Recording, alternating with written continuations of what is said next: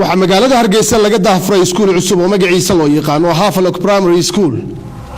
waxaana iskuulkani lagu dhigi doonaa manhajka dalkaas Ingiriiska waxaana iskuulkani cusub ee Havelock Primary School hirgeliyay Maxamed Aadan Cali Himilo oo hore u ahaan jiray fanaangeyga Soomaalida laga yaqaan iyo waliba xaaskiisa iskuulkan ayaa waxa uu ka kooban yahay barbaarinta caruurta iyo waliba dugsi hoose dhexe ugu horeynba waxa sharaxay iskuulkan iyo waxa lagu dhigi doono Maxamed Aadan Cali Himilo oo ahaan jiray fanaangeyga Soomaalida laga yaqaan wadanka ayaan ku soo noqday si aan dadkayga iyo dalkayga wax u taro waliba meelaha ugu hoosaan ka bilaabo hadaan macallin iskuul ka noqdo waaba intaas ugu filan imika waxa aan ka furnay magaalada Hargeysa waliba Star Area school magaciisa la yiraahdo Havelock Primary School manhajka wax lagu dhiganayaana uu yahay ka Ingiriiska oo lagu kordhiyay Carabiga iyo diinta iyo Soomaaliga dad qaar hadii doonaan Soomaaliya ma hayso baraya caruurta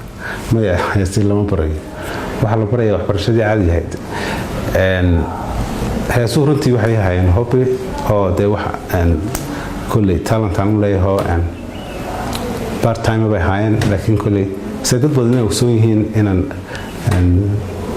cilmiga kala leeyahay oo jaamacadda ka soo baxay marka wax weyn waxaan soo bartay ma dadka baraya ma wixii talentkaygu ha laakiin waxaan soo bartay dibadda iyo qurbaha ku soo bartay ayaan doonay caruurtayda inaan ku barbaariyo baro كوثر إسماعيل عثمان وحاسكا محمد آدن علي هيميلو isla markaana wax badan wax ka soo dhigaysay iskuulada ku yaala magaalada London ayaa waxay sharaxaad kaga bixisay waxa uu iskuulkani kaga duwan yahay iskuulada ku yaala Somaliland waxa kale oo kaga duwan yahay iskuulada kale ka jira Hargeysa was visual stimulation busameeyay it does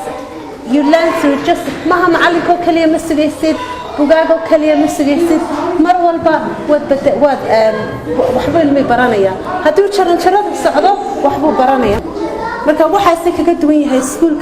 iskuulada kale ee ku yaala Hargeysa maanta waxaan doonaynaa in mar walba iskuulada nusan noqdaan ay caruurteenu ay baran karto waxbarashada mar walba noqoto sida caalamka oo kale 1 and 2 ilmu markuu yahay waxa weyn ilmu markuu yahay 6 jir ilaa 7 jir 6 jir ilaa 7 jir wuu bartay ilmihi sida wax loo qoro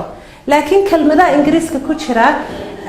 oo isku si maqalkooda yahay laakiin qoraalkooda aanu ahayn ay kamid yihiin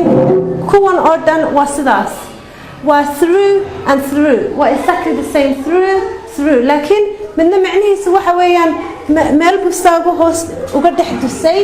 midna waxa weeyaan waxbuu tuuray waxaad ku kala garanaysaana qoraalkooda marka ilmihii mar walba loogu celcelin waa inay bartaan kelmadaha isku si ah Maxamed Aadan Cali Himilo oo hore u ahaan jiray fanaangeyga Soomaalida laga yaqaan iyo waliba xaaskiisa ayaa qurba joog dib ugu soo noqday dalkooda Soomaaliland isla markaana ka hirgeliyay iskuulkani Havelock Primary School ee ka kooban barbaarinta caruurta iyo dugsiga hoose dhexe Cabdirashiid Cabdi Wahaab Xuseen Universal TV Hargeysa